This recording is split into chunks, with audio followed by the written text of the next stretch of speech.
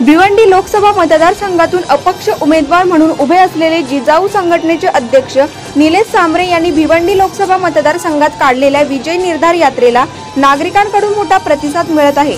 त्यांना मिळणाऱ्या या वाढत्या प्रतिसादाने मात्र विरोधकांच्या गटात मात्र जोरदार खळबळ उडाली आहे।